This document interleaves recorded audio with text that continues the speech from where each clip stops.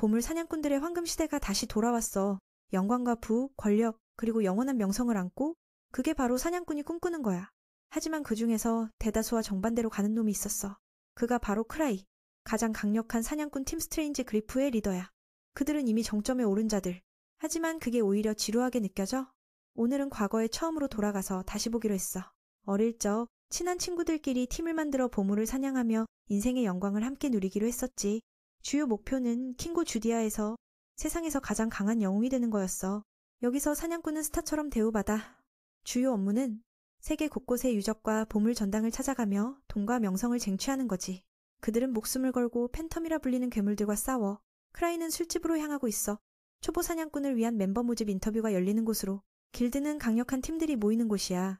서로 돕고 신인을 지지하며 사냥꾼끼리 싸우면 결국 다 죽는 법이니까. 줄을 서 기다리다 보니 갑자기 한 소녀가 다가와 인사하네. 크라이도 팀을 찾는 줄 알고 참가 의사를 박려해. 이유는 크라이가 너무 지쳐 보이니까 다른 사람들보다 대화하기 쉽대. 그녀는 루다라고 소개해. 레벨 3 사냥꾼으로 자격증도 가지고 있어. 크라이는 수줍게 악수를 피해 내 이름은 크라이 안드레라고만 해. 그녀는 과거에 혼자만 싸워왔기 때문에 발전이 어려웠다고 해. 처음엔 백랑동굴의 보물전당을 노렸지만 너무 어렵다 싶어 여기서 동료를 찾는 거야. 그 말을 듣고 덩치 큰 남자가 비아냥거리며 루다에게 포기하라고 조언해. 레벨 3으로 여기 오다니 웃기고 있어. 그녀를 초보 취급하네. 루다는 화가 치밀어 그 남자를 혼내주고 싶어해. 그 남자는 여기서 레벨 3은 신참일 뿐이라고 말해. 그들이 소란스럽게 싸우자 크라이는 끼어들지 못해. 자신의 정체를 숨기고 싶어서. 둘이 싸울 준비를 하자. 경비대가 나서서 막아. 더 싸우면 길드 가입 자격을 취소하겠다고 위협해. 루다는 겁을 먹고 내가 뭘 했나 보죠. 잠시 후 안으로 들어가니 그녀는 여기 모두가 사냥꾼이라는데 놀라워. 여기 모두가 사냥꾼이야. 크라이에게 여기가 처음인지 물어보니 5번 왔다고 해. 그에게 사냥꾼 세계는 실력주의 세계야. 강한 놈이 우두머리지 그게 다야. 재능 있는 자는 빠르게 이름을 날려. 못하는 자는 솥대나 치러 가. 그녀는 저기 화려한 팀을 가리키네. 크라이는 그게 세인트 스피릿 오더, 이번 모집에서 가장 강한 팀이라고 설명해. 그들은 6명뿐인데 레벨 7 보물전당을 정복했으니 사냥꾼계의 정예야. 그들의 리더는 로단이야. 그를 인정받으면 큰 성과를 거둘 거야. 루다가 저기 빈 테이블을 가리키자. 그렉이 그건 스트레인지 그리프의 자리라고 알려줘. 이 길드를 만든 자들의 자리야. 그건 몇 년 전 수도해온 젊은 팀의 약자야. 그들의 재능으로 고통받는 영혼처럼 알려졌어. 크라이의 어린 친구들로 구성됐지. 오랜만에 멤버를 뽑으니 오늘 이렇게 사냥꾼들이 몰려왔어. 특히 혼자 사냥하던 자들이 스트레인지 그리프로 날아오르기 위해. 그때 레벨 4 젊은 사냥꾼이 가장 강한 팀을 만나고 싶다며 소리쳐. 모두가 그게 세상 모르는 놈이란 걸 알아. 그 어리석은 행동의 결말은 스트레인지 그리프 멤버의 제자로부터 꾸중받는 거야. 그녀는 티노야. 여기서 그녀의 강함을 아는 자들이 많아. 경비대 안영도 나서서 그녀를 막아. 그 바보를 건드리지 마.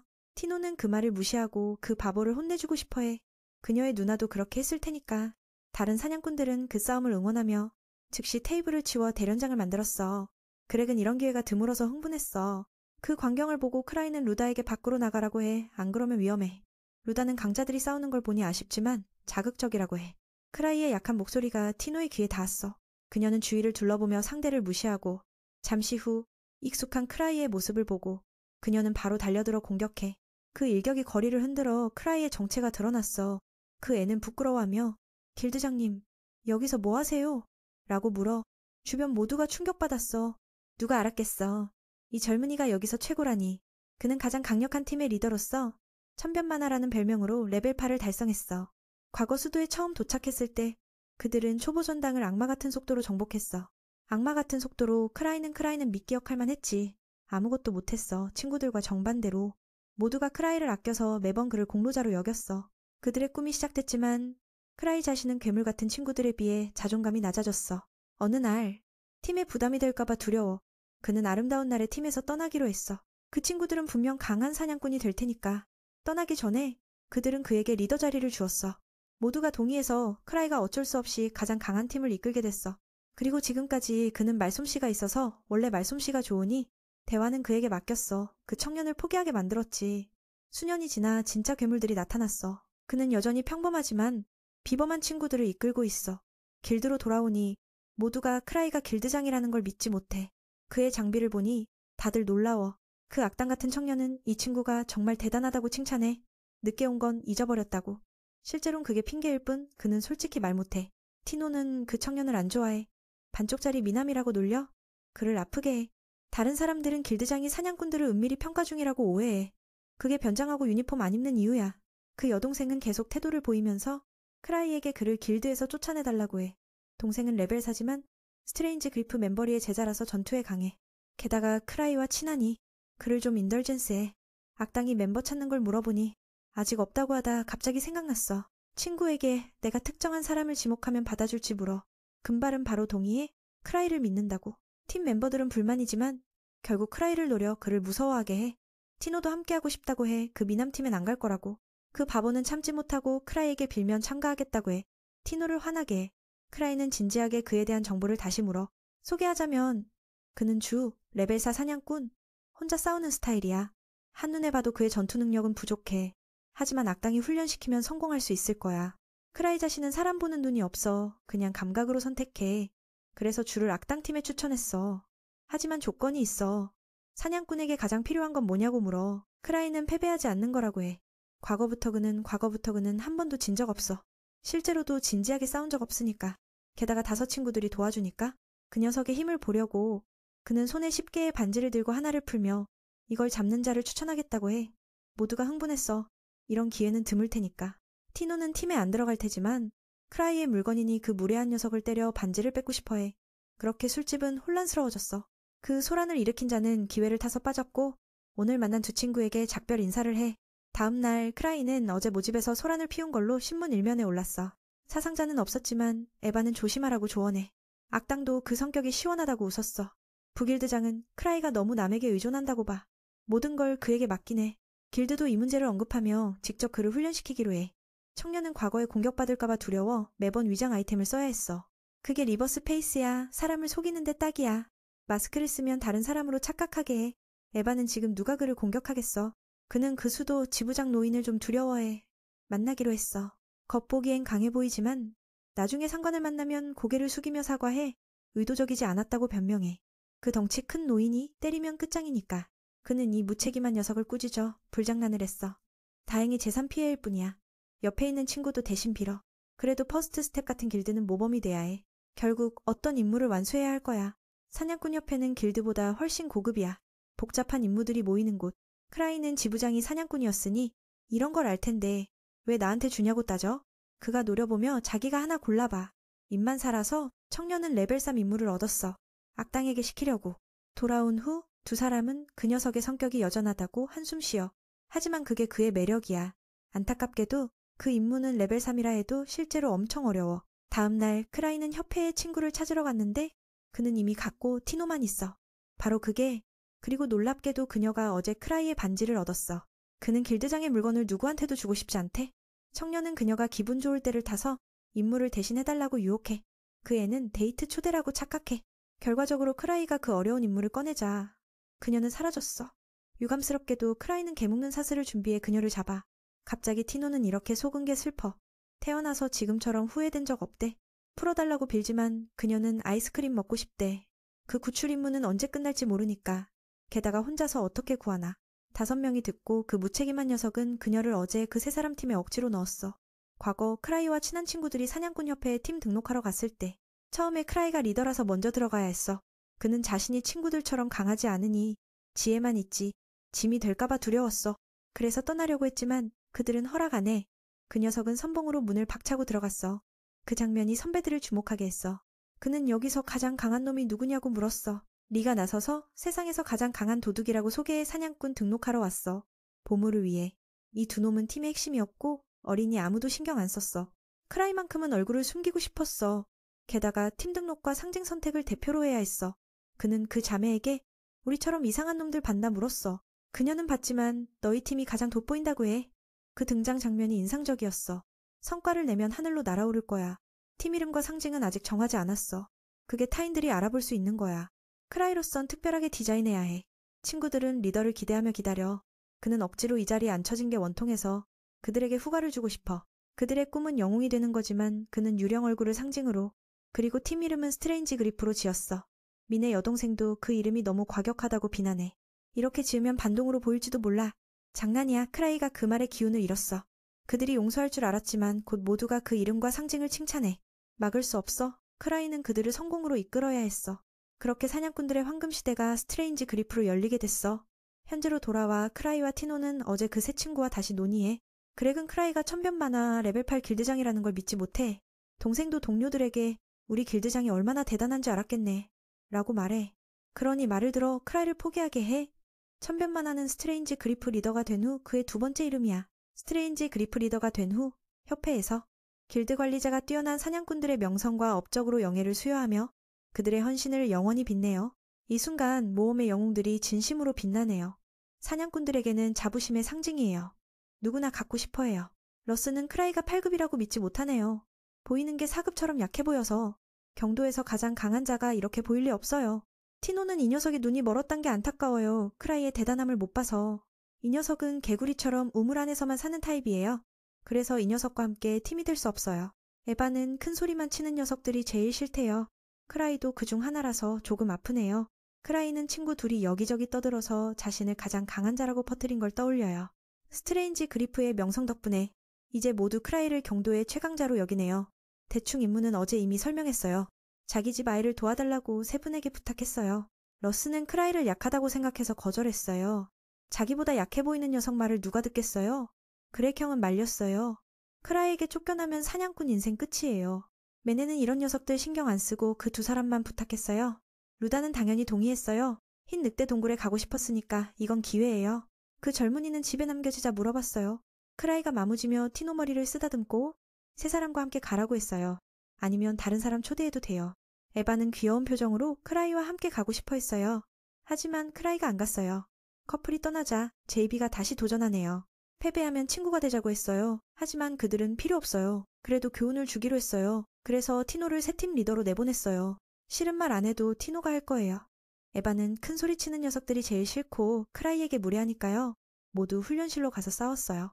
티노는 철저히 훈련받아서 몸이 유연하고 메네에게 자랑스럽게 다양한 자세를 보여줬어요. 정말 대단해요. 그 녀석은 반지 때문에 화가 나서 이건 보복이에요. 티노를 이기면 메네 차례라고 해요. 하지만 이길 수 없어요. 티노는 4급이고 5급에 가까워요. 그 녀석에게는. 티노는 크라이에 비하면 그냥 작은 물고기예요. 그래도 러스를 쉽게 이길 수 있어요. 그 녀석을 다치게 하지 않으려고 맨손으로 싸웠어요. 루다와 그렉은 도둑이 맨손으로, 검술사와 싸우는 건 한 손으로 싸우는 거라고 생각했어요. 보통은 상대가 이길 테니까요. 안타깝게도 티노는 도둑이지만 스트레인지 그리프의 최강팀에서 훈련받았어요. 그래서 경험과 전투 능력에서 압도적이에요. 문제는 그 청년옥이에요. 러스가 잘 사용하면 티노가 힘들어요. 하지만 그 젊은이는 무기를 거부했어요. 여자와 같은 급으로 싸우면서 검을 쓰면 남자답지 않다고 해요. 미나, 그 녀석이 너무 바보 같아서 이제 구원할 길 없어? 구원할 길 없어. 검사가 검 없이 있으니. 검사가 검 없이 있으면 두 손이 완전히 무기력해져. 티노는 이 전투 후에 길드마스터와 아이스크림 먹으러 가고 싶어. 그런데 녀석이 안 하겠다고 그녀도 입을 삐죽이며 꼭 가겠다고 고집해. 하지만 크라이가 안 갔고 에바는 고집 피우며 꼭 가겠다고 해요. 어쩔 수 없어. 크라이가 동의하고 싸움을 시작했어요. 눈 깜짝할 사이에 러스가 갑자기 접근당했어요. 2초도 안 돼서 정면으로 한 방 맞았어요. 지난번처럼. 티노는 이게 정당한 벌이라고 기뻐요. 하지만 러스는 아직 쓰러지지 않고 일어섰어요. 분명 도둑의 움직임이 검술사보다 훨씬 빠르니까요. 러스의 목을 조여 숨을 못 쉬게 해서 크라이를 모독한 걸 깨우치게 했어요. 크라이를 모독한 걸 깨우치게 했어요. 2번. 그 두 사람은 이 광경을 보고 안타까워했어요. 같은 사급인데 실력 차이가 너무 나네요. 곧 싸움이 끝나서 티노가 크라이 덕분에 성장했다고 기뻐했어요. 비록 크라이가 아무것도 안 했지만요. 러스는 패배하고 어린 시절 마을의 최강이었던 걸 떠올려요. 어릴 때부터 검을 들고 사냥꾼이 되고 싶었어요. 팀을 만들고 빠르게 성장했는데 이제 이렇게 쉽게 패배했어요. 티노는 상대가 아직 싸우고 싶어하니 검을 잡을 기회를 줬어요. 하지만 여전히 안 쓰고 티노는 지쳤어요. 이게 진짜 싸움이라면 이미 죽었을 텐데 이 젊은이의 과거예요. 크라이가 알았어요. 실력 차이 때문에 팀을 떠났다고. 러스는 어떻게 아냐고 놀라요. 크라이가 나도 그랬다고 해요. 하지만 동료를 버리지 않았어요. 정확히 말하면 나를 버린 건 아니에요. 듣고 나서 그 사람들은 크라이의 천변만화 별명에 두려워졌어요. 스트레인지 그리프의 멤버들은 괴물이에요. 그런 팀을 떠났으니 이 사람은 더 강할 거예요. 남들의 눈에 크라이는 신비롭고 예측 불가능해요. 청년옥이 눈에 거슬려서 크라이가 가볍게 찾아 불꽃이 사방으로 퍼졌어요. 주인이 충격받았어요. 자기조차 그 정도로 발휘한 적 없어요. 한눈에 봐도 이건 좋은 보물이에요. 공격 범위를 키우는 거. 지금 러스는 이 앞의 사람이 괴물임을 깨달았어요. 이 세계의 핵심 물질에 대해 말하자면 만화라고 해요. 어디에나 있고 보물 전당은 이게 가장 많아요. 그 힘을 여러 나라가 연구 중이에요. 티노팀이 가는 흰 늑대 동굴도 보물 전당이에요. 은달의 늑대가 살던 곳인데 사냥당해서 멸종됐어요. 지금은 피 묻은 늑대가 지배해요. 정말 무서운 곳이에요. 그런데 그 녀석이 사람을 그곳으로 보냈네요. 에바가 어이없어요. 크라이로선 그냥 상급 보물 전당이라고 생각했어요. 문제가 생겨도 티노가 감당할 테니까. 러스에 대한 정보는 어제 이 친구가 제공했어요. 그래도 크라이가 팀을 떠난 이유를 알아냈어요. 에바가 그 젊은이의 보물에 대해 묻자 크라이가 연옥검이라고 했어요. 크라이 눈에는 이게 순종적인 거라 잘 알면 쓸 수 있어요. 크라이는 보물 사냥꾼이라 제어할 수 있어요. 제어할 수 있어요. 검 쓰는 녀석이. 검 쓰는 녀석이 아무것도 모르면서 불을 살짝 쏠 수 있어요. 최근에 크라이가 반지 모양 보물을 잔뜩 샀어요. 에바가 할 말 없어요. 이 물건들은 크라이에게 정말 신비로워요. 티노에게 청년옥을 사서 놀지 물어봤어요. 에바가 거부하고 크라이한테 돈 낭비 말라고 했어요. 창고에 쓸모없는 보물이 쌓였어요. 하지만 크라이에겐 이게 취미예요. 각자 독특한 매력이 있으니까. 스트레인지 그리프가 돈을 많이 벌어도 에바는 크라이한테 자제하라고 조언했어요. 놀고 먹으면서도 아직 못 부쉈어요. 아직 빚도 있고. 스트레인지 그리프의 수익은 공정하게 나누어요. 기여도 상관없어요. 그래서 크라이가 친구들 덕에 잘 먹고 살아요. 잠시 후 그 젊은이가 지인에게 보물을 충전해달라고 했어요. 이 일도 힘들어요. 다행히 그 친구가 여유롭고 크라이가 모두를 잘 대하니까 도와주는 게 자연스러워요. 듣고 나서 크라이가 부끄러워졌어요. 일하는 건 에바지. 그 형이 크라이에게 최근 위험한 일화 몇 마리의 팬텀도가 탈출해서 상단을 쓸어버렸다고 했어요. 팀에 상급 3명 있었는데도 죽었어요. 그 괴물은 적어도 그 이상일 거예요. 그 괴물의 모습은 흰 늑대 동굴 근처의 늑대예요. 듣고 나서 크라이가 깜짝 놀라요. 티노팀이 그걸 만나면 인생 끝이에요. 자기 달래며 아마 문제 없을 거라고 했어요. 그때 그 형이 흰 늑대 동굴 관련 임무 등급이 바뀌었다고 했어요. 전에 5급팀이 갔는데 실종됐어요. 크라이가 생각했어요. 이건 티노가 위험해요. 임무를 확인하니 실종된 사람들과 이름이 같아요. 티노 임무는 4급인데 5급 사냥꾼을 구하는 거예요. 정말 미친 짓이에요. 그 두 사람이 크라이가 티노팀을 보냈다고 듣자 얼굴이 창백해졌어요. 이대로면 사람 찾기 임무가 더 생길 거예요. 크라이가 외부 사냥꾼 3명도 더 있다고 하니 상황 더 나빠졌어요. 5급팀이 죽었는데 이 임시팀을 보내면 끝이에요. 그들은 스트레인지 그리프가 최강이 되는 비밀이라고 생각했어요. 크라이가 불길한 걸 느끼고 바로 달려갔어요. 저쪽에서 젊은 팀은 아직 모르고 죽음으로 향해요. 그들은 감시당하는 걸 느꼈고 전에 유언을 썼어요. 티노는 임무가 실제 등급을 초과한다고 알았어요. 그래서 유언 쓰라고 했어요. 에바는 모든 게 크라이의 계획 안에 있다고 생각해요. 이 임시팀도 마찬가지예요. 듣고 나서 세 사람은 믿었어요. 하지만 진실은 아니에요. 크라이가 고민 중이에요. 다른 애들은 무서워서 도망치지만 스트레인지 그리프 훈련받은 티노는 달라요. 티노는 한계를 넘어갈 거예요. 어쩔 수 없어 크라이가 직접 구하러 가요. 빨리 가면 그들을 보물 전당으로 들어가기 전에 막을 수 있어요. 나머지는 이쪽에 맡겨요. 저쪽 팀은 이미 무장한 강력한 팬텀과 마주쳤어요. 티노는 준비했지만 임무가 이렇게 어려울 줄 몰랐어요. 크라이 쪽은 필요한 보물을 준비 중이에요. 구하려면. 힘이 없으면 보물로 압도하면 돼요. 에바가 무장한 크라이를 보고 물었어요. 이 여자는 아무것도 숨기지 못하네요. 그래서 걱정돼요. 공격형 보물은 만화가 다 떨어졌어요. 못 써요. 대신 더 무서운 걸 준비했어요. 최후의 수단으로. 크라이가 음속으로 날 수 있는 보물을 가졌어요. 순간 티노 쪽으로 쏜살같이 갔어요. 제발 제때. 갑자기 에바가 그 보물을 떠올렸어요. 전에 사고를 일으켰어요. 결함 제품이라 조심 안 하면 벽에 처박여 죽어요. 크라이가 안전할지 걱정돼요. 하지만 본이 아닐 거예요. 스트레인지 그리프가 주디아에서 일주일 활동하기 전을 떠올려요. 신인이지만 강력해서 나무 무기로 4급 괴물을 이겼어요. 다른 사냥꾼들은 의심했어요. 아이들이 사이클롭스를 이길 리 없다고. 남자애들을 비웃는데 여자애들이 그 팬텀의 눈 하나를 가져와서 그 아저씨를 놀라게 했어요. 크라이도 이 소녀에게 포기하라고 했는데 가져왔어요. 지금 기갑 늑대와 싸운 임시팀이 이겼어요. 힘들었지만 다치지 않은 게 다행이에요. 루다가 가장 피곤해요. 아직 긴 싸움에 익숙하지 않으니까. 그 늑대는 정말 강했지만 우리 쪽 숫자가 유리했어요. 그렉이 제이보스에게 왜 검에 불을 넣지 않았냐고 물었어요. 제이보스는 연옥검이 만화가 다 떨어졌다고 했어요. 자기가 썼고 충전도 못하니 그냥 썼어요. 그 친구는 이 상태가 안 좋아서 퇴각하자고 했어요. 그 형도 동의했어요. 정보가 잘못됐고 구할 대상이 이미 죽었을 수도 있어요. 티노는 거부했어요. 아직 보물 전당에 안 들어갔으니까. 그렉은 안으로 가면 방금 전처럼 만나면 끝이라고 했어요. 티노는 그렇게 생각 안 하고 크라이를 믿어요. 원래 구하는 임무지 시체 치우는 게 아니에요. 티노 눈에는 크라이가 8급신처럼 완벽해요. 판단이 절대 틀리지 않아요. 연옥검이 만화가 다 떨어진 것도 우리를 시험하려고요. 모든 게 계산됐어요. 어쩔 수 없어. 세 사람은 티노를 따라 흰 늑대 동굴로 갔어요. 티노를 따라 흰 늑대 동굴로 갔어요. 거기서 그들은 피 묻은 늑대 무리를 만났어요. 각자 무기를 들고 총까지 써요. 방금 전 녀석만 강해진 게 아니네요. 흰 늑대 동굴은 실버문의 크기로 만들어졌어요. 거기서 빨간 늑대는 제한받아요. 목표는 빨리 안으로 가서 지형을 이용하는 거예요. 제이보스는 혈기왕성하게 길을 열자고 했어요. 총 든 녀석부터. 아직 안 하니 티노가 머리 나쁘다고 욕했어요. 그럴 바엔 자살하는 거예요. 임시 리더로서 티노는 모든 걸 책임져야 해요.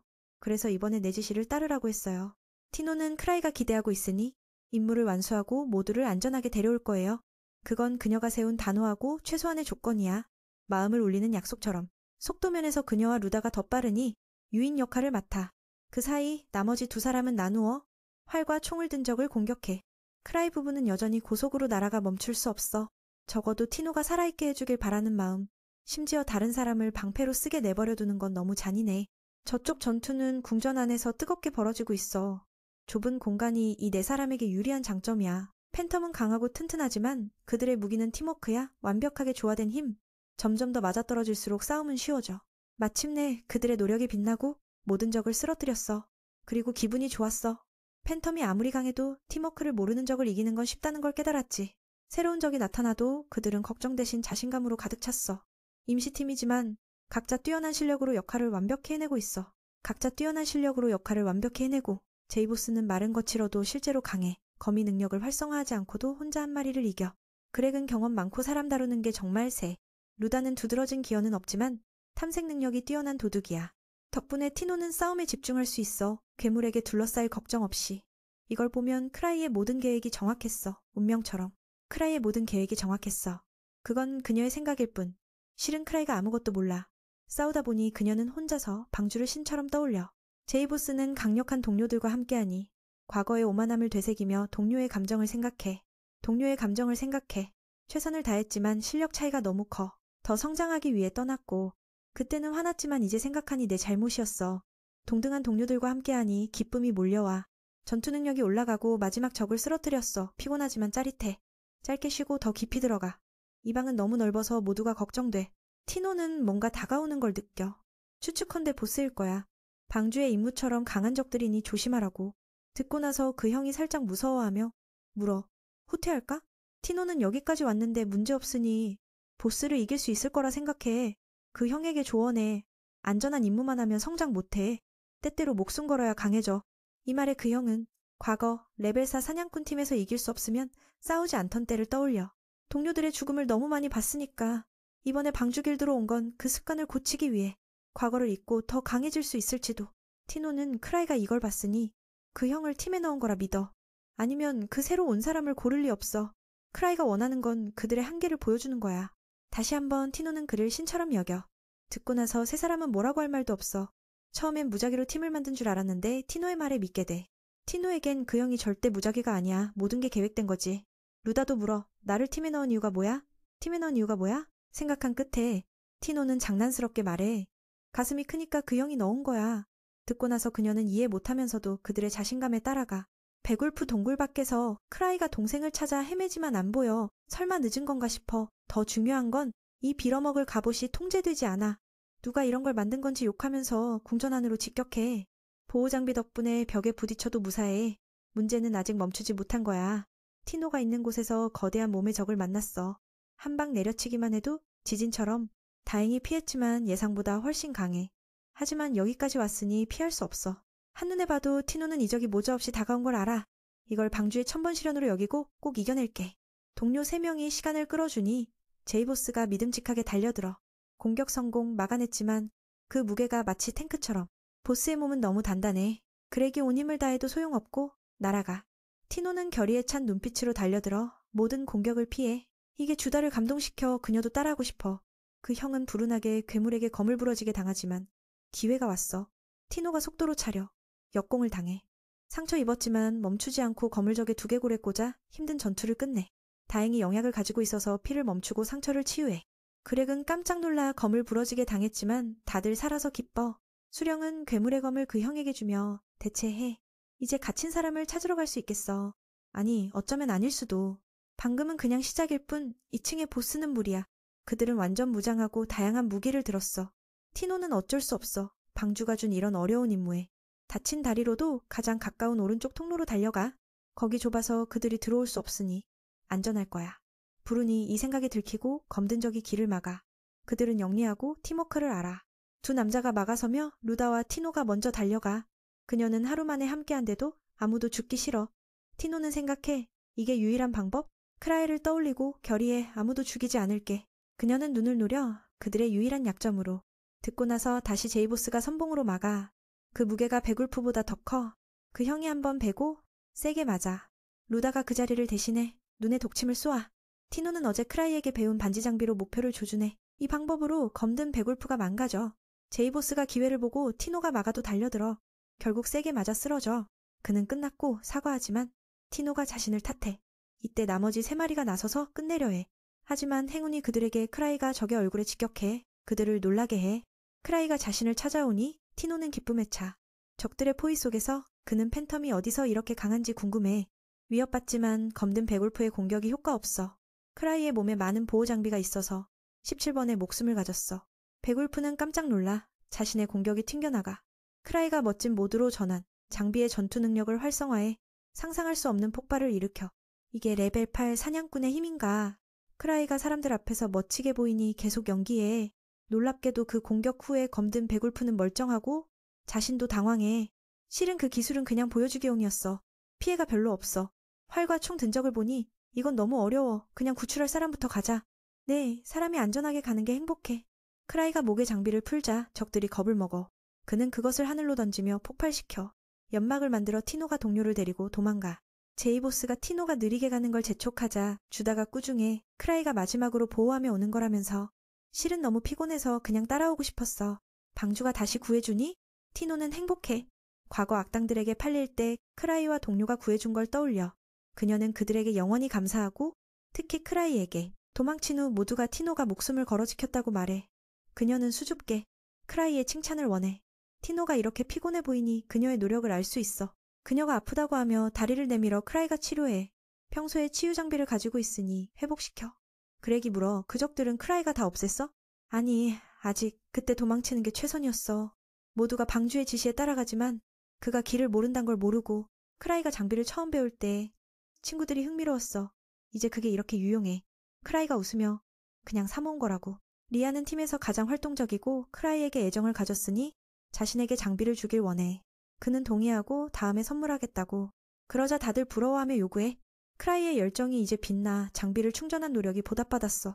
시치가 가방을 보고 물어. 이게 뭐야? 크라이가 설명해 매직백으로 외부보다 더 많이 넣을 수 있어. 듣고 나서 그녀도 좋아해. 공간 확대처럼. 이게 비싸겠다고 생각했지만 사실 싸 초콜릿만 넣을 수 있으니까. 듣고 나서 다들 이 장비가 별로라고. 리가 예쁜 반지를 보고 끼워보니 역효과가 나서 쓰러져. 일어나자마자 또 넘어 아파서 울어. 끼면 균형이 사라지니까. 그녀가 슬퍼하니 크라이가 말해. 그녀가 대단해. 다른 사람은 이렇게 세게 부딪혀도 못 버틸 텐데. 빛나는 붉은 검을 발견했는데 자신에게 맞아 보이지만 저주받은 거야. 잡으면 이성을 잃고 난동을 피워. 다행히 안이 있어서 막아줬어. 그는 친구들에게 칭찬해. 검을 잡으면 미치지만 보통과 다를 바 없이 잘 버텨. 현실로 돌아와. 크라이가 앞서가 어디로 가는지 모르게. 미궁은 복잡한 교차로로 가득해. 그는 길을 너무 모르니 얼마나 왔는지 모르겠어. 모든 게 똑같아. 구분하기 어려워. 나머지 사람들은 방주와 앞서가려 하지 않아. 그는 왜 티노와 루다가 길을 찾지 않나 궁금해. 도둑 직업이니까. 그는 속으로 그 귀여운 동생이 나를 싫어한 건가. 위험에 빠졌으니까. 누구라도 화날 만해. 그럴지도 모르니 무릎 꿇고 용서 구할까. 루다가 물어. 우리는 어디로 가는 거야? 티노가 말해. 방주의 생각을 읽는 법을 배워. 이건 훈련이고 크라이가 구출할 사람을 찾는 거야. 듣고 나서 그는 깜짝 놀라. 동생이 오해했어. 티노는 베굴프 동굴 지도를 봤으니 지금 위치를 알아. 돌아가려면 방금 보스방을 지나야 해. 듣고 나서 다들 슬슬 깨닫고 크라이는 무의식적으로 걸어가. 행운에 맡겨. 루다가 물어. 방주는 정말 어디로 가려는 거야? 크라이가 대답 않고 계속 가다 바로 잃어버린 사람들을 만나. 모두가 감동해. 어떻게 찾을 수 있었는지 모르겠어. 티노는 말해. 모든 게 크라이의 계산이었어. 그냥 따르기만 해. 그는 상황을 모르다가 아, 이들은 구출할 사냥꾼들이었어. 모두 살아있지만 완전히 지쳐. 각각 회복무약을 주고 수령이 감사를 전해. 동생은 말해. 방주에게 감사해야 해. 덕분에 여기까지 왔어. 그는 우연이라고 하지만 다른 사람들은 안 믿고 티노의 말에 감탄해. 그들은 영약을 마시고 상처는 회복됐지만 며칠 동안 아무것도 못 먹어 피곤해. 보자마자 크라이가 초콜릿 장비를 꺼내 다들 먹어보라고. 이게 다시 한번 인상적이었어. 크라이가 이런 걸 계산해서 가져온 걸까? 티노는 방주를 더욱 사랑하게 됐어. 모든 사람을 너무 잘 대해주니까 그 사람이 정말 멋진 영웅이야. 자기 무용한 팀을 구해준 건 물론 모든 상황에서 유머를 뽑아내 긴장을 풀어주니까 티노가 제일 많이 먹게 해줘서 행복해. 그래서 이렇게 통통해졌어. 이 공은 다 크라이 덕분이야. 제대로 먹여주니까. 그렉 형은 레벨 5 팀이 살아서 다행이라고 생각해. 처음엔 다 죽은 줄 알았어. 그 괴물무리 때문에. 다바오는 그 무시무시한 팬텀 때문에 팀이 충격받았다고 말해. 주부는 이상하다고 생각해. 그들은 다 레벨 5인데 그 가면 쓴 4마리 늑대를 이겨야 할 텐데 이제야 풀렸어. 그 늑대 무리는 보스급이 아니고 그냥 부하일 뿐이야. 그들은 한 마리에게 다 쓰러졌어. 그 가면 쓴 팀은 원한의 화신이야. 이런 곳에서 더 강력해져. 그는 생각해. 아마 그 괴물이 실버문의 저주로 이 보물궁전에 남겨진 거야. 마수들의 원한이 사냥당할 때마다 강해지더니 지금에야 폭발해서 이런 혼란을 만들어냈어. 크라이는 그 말을 듣고는 완전히 이해가 안 돼서 어리둥절해. 레벨 5 파티는 모두 자기 전투 능력에 자신감 넘쳐. 하지만 그 팬텀 앞에서는 그저 작은 파리처럼 무력해. 하지만 그 팬텀 앞에서는 그냥 파리처럼 약해. 힘의 차이가 너무 커. 그 인간형 괴물은 청검급일지도 몰라. 크라이는 그럴 리 없다고 생각해. 청검은 정말 강한 녀석이니까. 그가 알면 이미 와서 박살냈을 텐데 지금 그는 수도에서 가장 강한 검술 천재야. 검성에게 정통 검술을 배워 모든 검 기술을 완벽하게 익혔어. 원한의 화신도 강하긴 하지만 그와 비교하면 그냥 작은 개미 같아. 그는 여기 없으니까. 티노는 레벨 4라서 못 싸울 거야. 크라이는 그 악당이 오길 기다려야겠어. 이미 지원을 불렀으니까. 다바가 계속 말해. 그 괴물이 전에 장난친 덕분에 살아남았지만 이번에 만나면 죽을 거야. 루다는 너무 무서워서 방주에게 뭐 할지 물었어. 지금은 일단 여기서 빠져나가자. 그 청년은 임무를 티노에게 넘겼어. 그래서 그녀가 놀라서 자신은 그들 앞에서 그냥 쓰레기라고 말했어. 어떻게 그들의 지도자를 넘을 수 있겠어. 그는 마음의 기술로 이걸 그녀의 교훈으로 삼고 싶어. 만약 너무 어렵다면 내가 나설게. 그 말에 티노는 자신감을 되찾고 가장 짧은 길로 빠져나가고 싶어졌어. 그녀의 다리는 덜 아프고 이제 평소처럼 달릴 수 있어. 크라이는 빨리 가지 말라고 했어. 부상자들 때문에. 더 중요한 건 빨리 가면 내가 따라오지 못할 테니까. 곧 밖으로 나올 때쯤 모두 기뻐졌어. 저쪽 팀의 형은 만약 그 강한 괴물이 나타나면 방패가 되어줄 거라고 했어. 티노는 방주가 있으니까 모두를 지키고 싶어. 어떻게 누굴 버릴 수 있겠어. 크라이는 그녀의 멋진 홍보에 그냥 손들었어. 만약 정말 만나면 티노만 안고 도망칠 수 있지만 다른 아이들은 어쩔 수 없어. 그 사람들이 자청해서 방패가 되겠다고 하니 그는 모두를 진정시켰어. 괴물들의 울음소리가 경고야. 그 말과 동시에 괴물들의 울음소리가 생사전투의 시작을 알렸어. 지금 크라이는 5번 죽을 수 있지만 6번째는 아마 로그아웃일 거야. 그 물건들은 그들을 막을 수 없어. 더 나쁜 건 가장 중요한 게 어디에도 안 보여.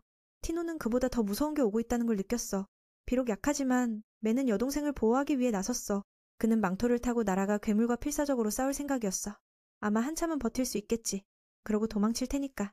원한이 다가오자 모두 겁에 질려 움직이지 못했어. 하지만 그보다 더 무서운 게 나타났어. 그건 알아보지도 못했어.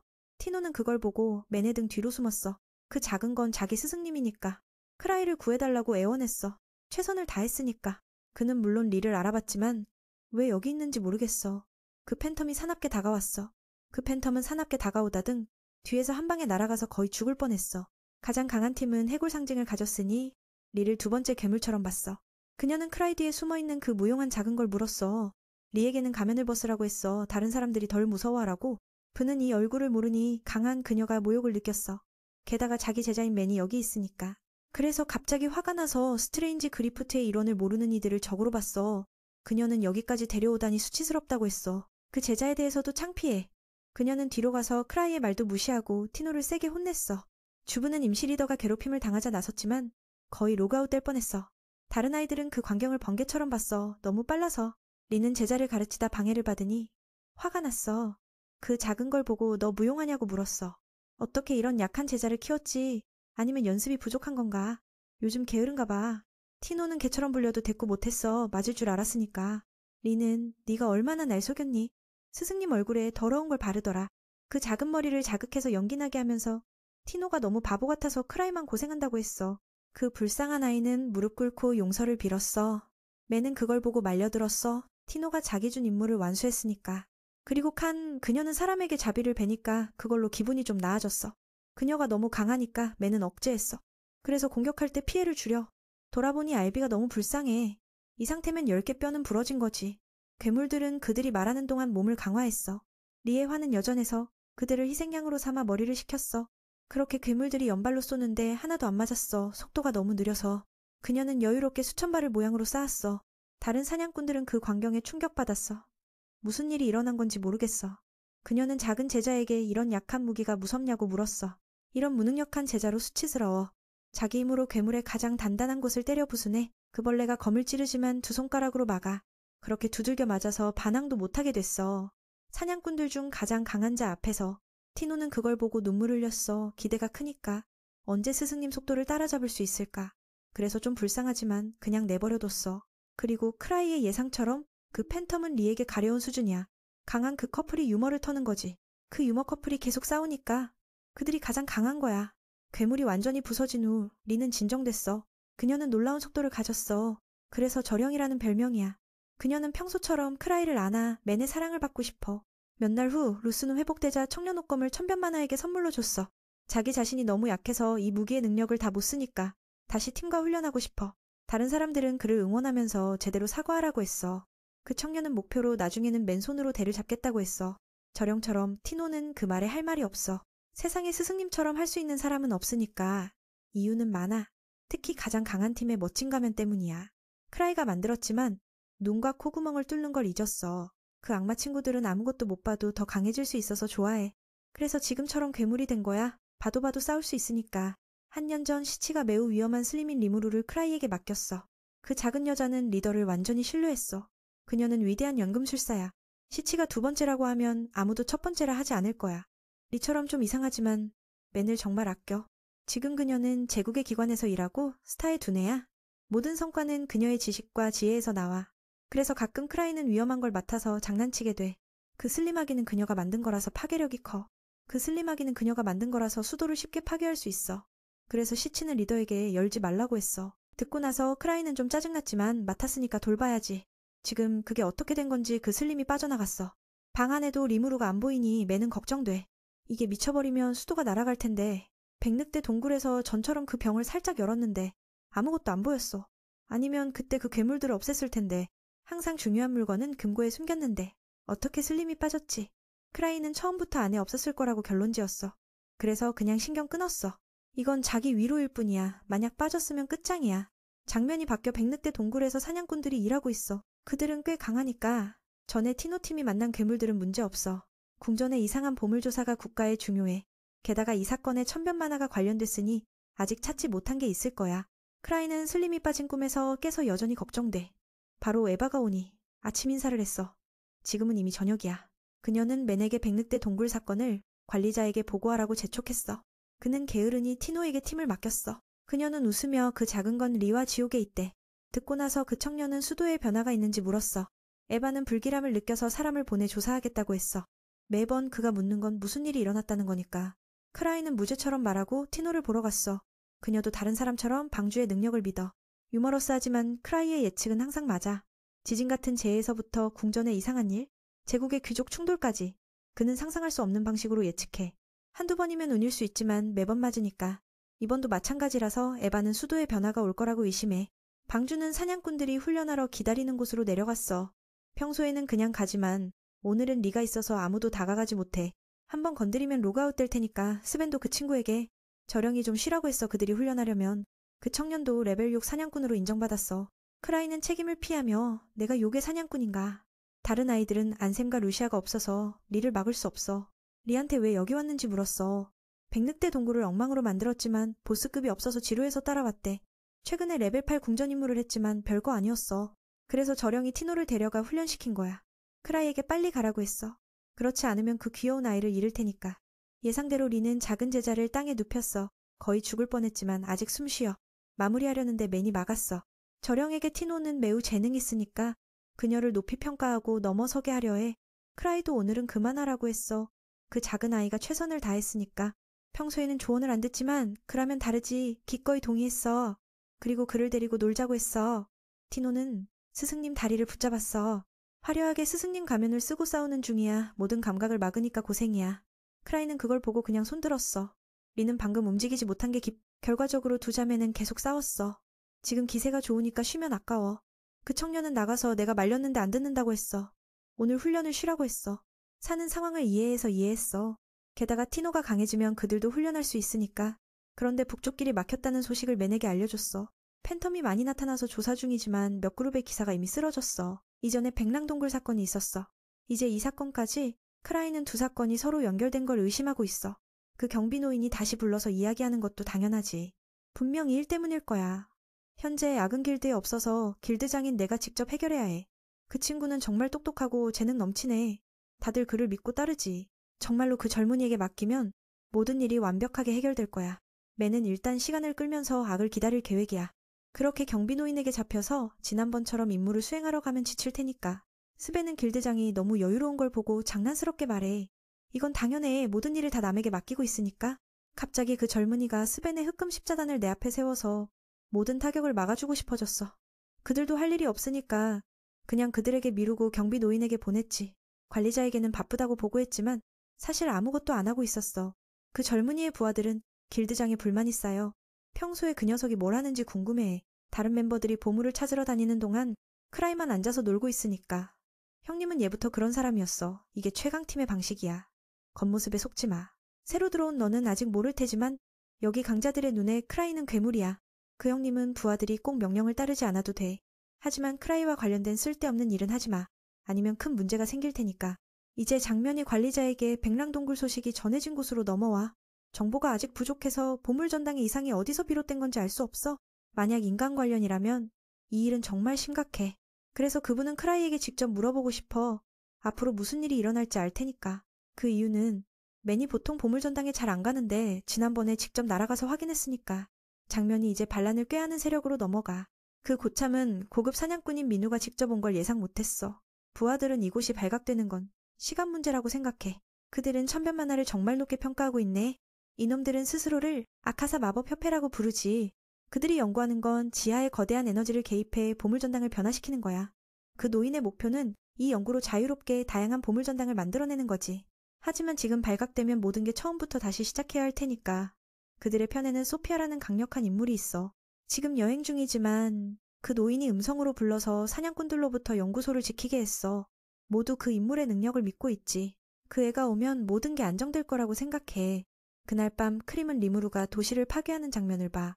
너무 충격받아서 깨어나 보니 뭔가 이상해. 화가 나서 리가 옆에 자고 있었어. 그 젊은이가 땀을 흘리며 보니 이런 일이 자주 일어나서 꾸중하지 않았어. 티노가 침대에 누워 있어서 오늘은 거리를 산책하고 싶어졌어. 그는 방금 본 악몽을 잊기로 하고 동의했어. 리도 기뻐서 그를 안아들었어. 바깥에서 지부장이 길드에 도착했어. 그는 그 멍청한 녀석과 이야기하려면 직접 찾아와야 할 것 같아서 어쩔 수 없었어. 말을 마치자마자 커플이 내려왔어. 하지만 리는 크라이를 누구에게도 빼앗기지 않을 거야. 경비노인은 그녀가 언제부터 왔는지 물었어. 서로 안 좋아하니까 입을 열자마자 쫓아내라고 하면서 그쪽이 우리 리더에게 너무 의지한다고 말했어. 그 후 상황이 더 심각해졌어. 아무도 양보하지 않았으니까. 리는 데이트를 가고 싶어서 일격을 날렸지만 막혔어. 정말 그녀는 강하지만 상대는 최고 사냥꾼의 베테랑이야. 민우는 카나 언니를 불러서 이야기하자고 했어. 두 사람이 싸우면 오래 걸릴 테니까. 그분은 백랑 동굴 사건에 대해 물었어. 알려진 걸 말해줘서 해결할 수 있게 해달라고 했어. 그는 백랑 동굴은 아무것도 아니라고 했어. 하지만 다른 문제를 걱정하고 있어서 더 물으면 크라이는 말하지 않았어. 설마 슬림이라는 파괴의 괴물을 풀어놨다고 말할 순 없으니까 사람을 보낼 테니 사과하며 속으로 카나 언니에게 미안하다고 했어. 아래에서 휴식 후 경비노인이 약해졌어. 리가 그를 비웃으며 실력이 녹슬었냐고 했어. 더 활동하라고 조언했지. 장난친 후 그녀도 지루해져서 예전 인연 때문에 오늘은 용서할게. 그는 모욕을 당해서 화가 나서 모든 힘을 쓰려 했지만 맨이 막았어. 소 한 마리 싸우면 개미만 죽으니까 직원들이 고생할 테지. 크라이도 그 아저씨에게 진정하라고 했어. 리는 순종적이고 놀러가면 말을 안 듣지. 잠시 후 에바가 돌아와서 작업실이 폐허가 된 걸 보고 충격받았어. 무슨 일이 일어난 건지 모르겠네. 바깥에서 그 커플은 경비노인이 약해진 걸 이야기해. 민우의 관점으로는 그렇지 않아. 그녀가 매일 강해지고 있으니까 자신과 비교하면 안 돼. 지난번에 리는 지금까지 제일 강한 괴물과 마주쳐서 정말 기뻤어. 백랑동굴의 보스와 비교하면 어때 물었어? 그분은 놀라서 다시 물었어? 그날 그런 괴물이 있었어? 실은 그 괴물은 그녀에게 별로 기억에 남지 않았어. 인간 세상에 해를 끼치면 리에게 물었어. 그는 친구들에게 돌아와서 슬림을 잡기 전에 도와달라고 부탁하고 싶어졌어. 주디아가 파괴의 위협을 받으면 어떻게 할지 리에게 물었어. 그 애는 기쁘게 대답했어. 맨과 함께 도망갈 거야. 바다는 본 적 없으니까 남쪽 땅을 선택할게. 갑자기 리가 그들을 감시하는 놈을 잡았어. 크라이는 그녀가 문제를 일으킬까봐 걱정해서 그 사람을 풀어줬어. 그래서 그녀는 그가 일부러 큰 물고기를 놓아 작은 걸 잡으려 한다고 생각했어. 화는 모든 걸 알고 있었으니까. 그 녀석도 충격받아서 천변만화가 모든 걸 알고 있어서 경고하듯 풀어줬다고 생각했어.